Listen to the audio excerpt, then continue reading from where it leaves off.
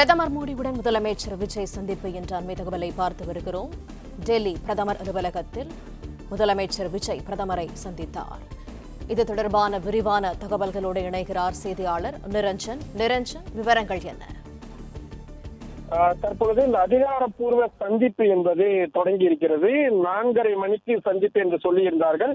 ஆனாலும் கூட ஒரு 5 நிமிடத்திற்கு முன்பாகவே இந்த சந்திப்பு என்பது தொடங்கி இருக்கின்றது. காரணம், பிரதமர் நரேந்திர மோடியுடைய அந்த நேரம்தான்.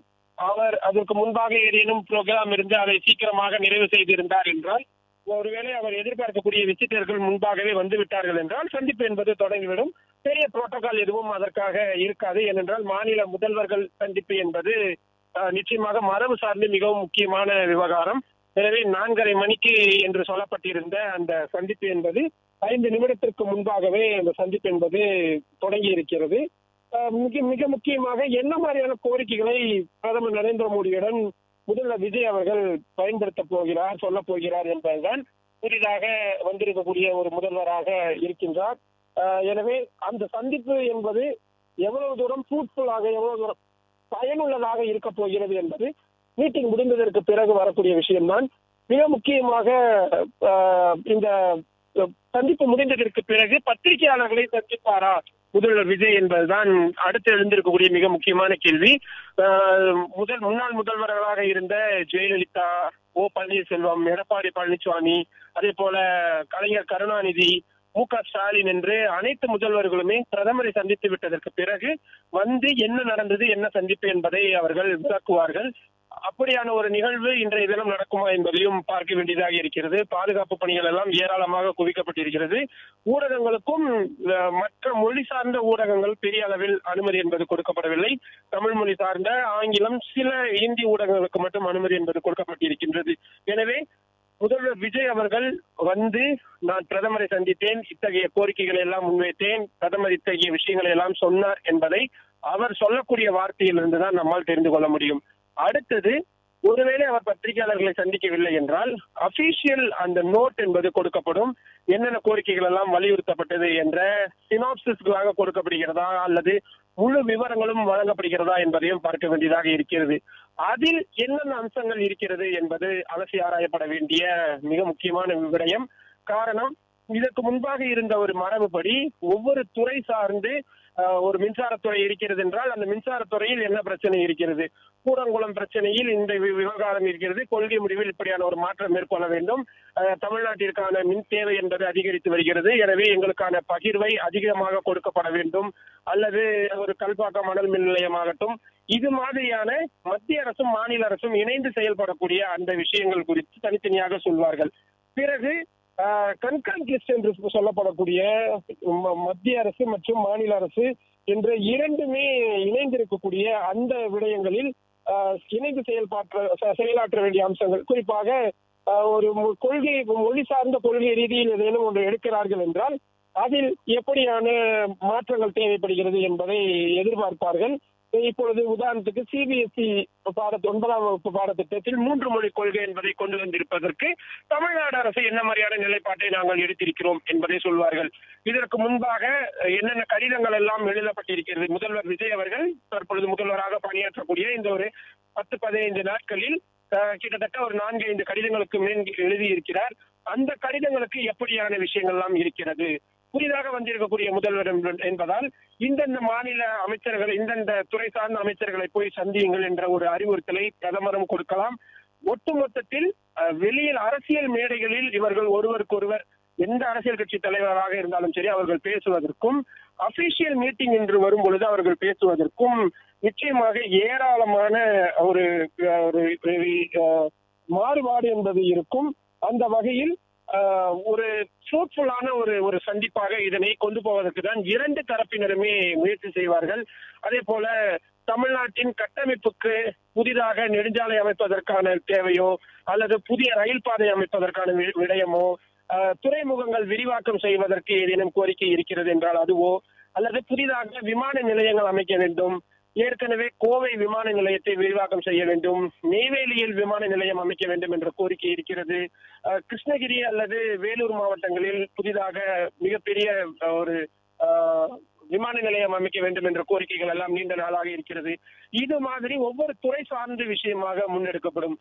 பெண்கள் நலன் சார்ந்த விஷயங்களில் மத்திய அரசின் நிதி தொகுப்பில் இருந்து ஏதேனும் நிலுவையில் இருக்கிறதா அதை கேட்டு பெறுவதற்கான முயற்சி, நீட் தேர்வு என்பதை ரத்து செய்ய வேண்டும் என்பதற்கான அந்த ஒரு கோரிக்கை, மலைவாழ் மக்களுக்கான மேம்பாட்டிற்கான நிலுவைத் தொகை ஏதேனும் இருக்கிறது என்றால் அதற்கான ஒரு முக்கியமான கோரிக்கை, இப்படி ஏராளமான விஷயங்கள் இருக்கும்.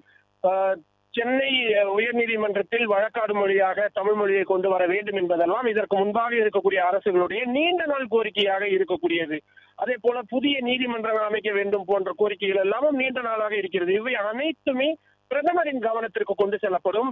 இது பிரதமரின் அலுவலகத்தில் ஒரு மனு கொடுக்கப்பட்டதுக்கு பிறகு அது அப்படியே கிடப்பில் போட்டு என்ன என்றால் அதுதான் கிடையாது. ஏனென்றால் அதற்கென்று அதிகாரிகள் குழு இருக்கிறார்கள். ஒரு மாநில முதல்வர் சமர்ப்பித்திருக்கக்கூடிய அந்த ஒரு கோரிக்கை மனுவோ அல்லது புத்தகமோ அவ்வளவு தூரம் அது அலசி ஆராயப்படும். அதில் இருக்கக்கூடிய ஒவ்வொரு துறை சார்ந்த அமைச்சகங்களுக்கு அவை பகிர்ந்தளிக்கப்படும். அது எப்படி செயல்படுத்தப்படுகிறது என்பதற்கான அந்த கடித போக்குவரத்து என்பது தொடர்ச்சியாக அமைச்சகங்களுக்குள்ளும் அதிகாரிகளுக்குள்ளும் நடந்து கொண்டே இருக்கும். உதாரணத்துக்கு இப்ப டீலிமிட்டேஷன் என்று சொல்லப்படக்கூடிய தொகுதி மறுவரையறை விவகாரத்தில் புதிதாக வந்திருக்கக்கூடிய முதல்வர் விஜய் தலைமையிலான தமிழ்நாடு அரசு எத்தகைய ஒரு நிலைப்பாட்டை கையில் எடுக்க போகிறார்கள்?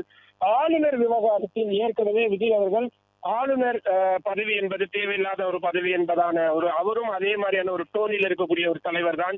எனவே அந்த ஆளுநர் பதவி சம்பந்தமான விஷயம் அதுதான். இது வெறும் அட்மினிஸ்ட்ரேட்டிவ் சம்பந்தமான விஷயமாக மட்டும் விஜய் அவர்கள் எடுத்து செல்ல போகிறார்களா, அல்லது அவர்களுடைய கட்சி கொள்கை சார்ந்த தமிழ்நாடு அரசின் கொள்கை சார்ந்த விஷயங்களையும் பிரதிபலிக்க போகிறாரா என்பதுதான் அவர் கொடுக்கக்கூடிய அந்த கோரிக்கை மனுவின் வாயிலாக நம்மால் தெரிந்து கொள்ள முடியும். ஆளுநர் பதவி போன்ற விஷயங்களை எல்லாம் அவர்கள் மாற்று கருத்துடன் அணுகுகிறார்கள் என்றால் நிச்சயமாக அது மத்திய பாஜக அரசின் கொள்கைகளுக்கு எதிரான நிலைப்பாட்டை கொண்டிருக்கிறார்கள். அதை பிரதமரிடமே நேரடியாக அவர் வலியுறுத்தி விட்டார் என்பதாக நாம் புரிந்து கொள்ளலாம். அதே போல தமிழ்நாட்டிற்கு இன்னும் சில வாரங்களில் பருவமழை என்பது தொடங்கியதற்கு பிறகு இந்த மிகப்பெரிய பிரச்சனை என்பது ஏற்படும். ஏற்கனவே கடன் சம்பந்தமான விவகாரங்கள் தமிழ்நாட்டிற்கு இருக்கக்கூடிய பிரச்சனைகளாக இருக்கின்றது. பெட்ரோல் விலை, டீசல் விலை ஏற்றப்பட்டு வருவதை குறைப்பதற்கான ஒரு கோரிக்கை என்பதை முன்வைக்கலாம். ஏற்கனவே அந்த கோரிக்கை அவர் சமூக வலைதளத்தின் வாயிலாக முன்வைத்திருந்தார். தமிழ்நாடு நிறைய பாதிப்புகளை இந்த எரிபொருள் விலை ஏற்றத்தின் காரணமாக சந்தித்து வருகிறது. எனவே இந்த எரிபொருளுக்கான ஒரு வரியை குறைப்பதோ அல்லது வேறு ஏதேனும் எக்ஸைஸ் டியூட்டி போன்றவற்றை குறைப்பதற்கான கோரிக்கையை முன்வைக்கலாம். சமையல் எரிவாயு சிலிண்டர் கிடைப்பதில் தட்டுப்பாடு இருப்பதாக சொல்லப்படுகின்றது. அந்த விவகாரங்களில் நிறைய கோரிக்கைகளை முன்வைப்பதற்கான வாய்ப்புகள் இருக்கிறது. மேகதாது அணை விவகாரம் என்பதுதான் தற்பொழுது இருக்கக்கூடிய மிகப்பெரிய பிரதான பிரச்சனையாக இருக்கிறது. ஏற்கனவே காங்கிரஸ் கட்சி கர்நாடகத்தில் ஆட்சியில் இருந்தாலும் கூட அவர்கள் தொடர்ச்சியாக இந்த வேலையை அவர்கள் செய்து வருகிறார்கள். முந்தைய பாஜக அரசும் அதை செய்து வந்தார்கள். நீதிமன்றங்களில் அந்த விவகாரம் நிலுவையில் இருக்கிறது. எனவே மத்திய அரசை மேற்கொண்டு இந்த மேகதாது அணை விவகாரத்தில் எந்த அனுமதியோ ஒப்புதலையோ வழங்காதீர்கள் என்ற ஒரு கோரிக்கை அழுத்தம் திருத்தமாக முன்வைப்பதற்கான வாய்ப்பு இருக்கிறது. விவசாய கடன் பிரச்சனை, மாணவர்கள் கடன் பிரச்சனை என்று ஏராளமான கோரிக்கைகள் என்பது ஒவ்வொரு வருடமுமே இருக்கும். நம்மால் இதை சொல்லிக்கொண்டே போக முடியும். பல ஆண்டுகளாக நிலுவையில் இருக்கக்கூடிய கோரிக்கைகள் எல்லாம் இருக்கிறது. குறிப்பாக கச்சத்தீவு மீட்பு என்பது இந்த விஷயம் இந்த சந்திப்பில் தவறாமல் இடம்பெறக்கூடிய ஒரு முக்கியமான கோரிக்கையாக இருக்கும். அதையெல்லாம் இன்றைய தினம் முதல்வர் விஜயும் கடைபிடிக்க போகிறாரா போன்றவையெல்லாம் நாம் உற்று நோக்க வேண்டியதாக இருக்கிறது. மொத்தத்தில் இந்த சந்திப்பு தொடங்கி ஒரு 7-8 நிமிடம் ஆகின்றது. இன்னமும் இந்த சந்திப்பு ஒரு 40 நிமிடம் வரை போவதற்கான வாய்ப்பு இருக்கின்றது. அது எப்படியாக போகிறது போன்றவை எல்லாம் மிக முக்கியமானதாக இருக்கும். வழக்கமாக உடன் மத்திய அமைச்சர்களையோ அல்லது தங்களது மாநில அமைச்சர்களையோ அழைத்து செல்வதை வழக்கமாக முன்வைத்திருப்பார்கள் இதற்கு முன்பாக இருந்தவர்கள். ஆனால் அவ்வாறு இல்லாமல் முழுக்க அதிகாரிகளை மட்டுமே அழைத்து கொண்டு இந்த சந்திப்பு என்பதை தற்பொழுது முதல்வர் விஜய் அவர்கள் மேற்கொண்டிருக்கிறார். ஒரு பியூர்லி ஒரு அட்மினிஸ்ட்ரேட்டிவ் ஒரு மூவாகத்தான் நாம் இதனை நிர்வாக ரீதியிலான ஒரு மிக முக்கியமான நகர்வாக இதனை நாம் கருத்தில் கொள்ள வேண்டியதாக இருக்கிறது. அந்த வகையில் எப்படியான மாற்றங்கள் வரப்போகிறது, இந்த சந்திப்பின் விளைவுகள் எப்படியாக வரப்போகிறது போன்றவை எல்லாம் அடுத்தடுத்து வரக்கூடிய விஷயங்களாக இருக்கும்.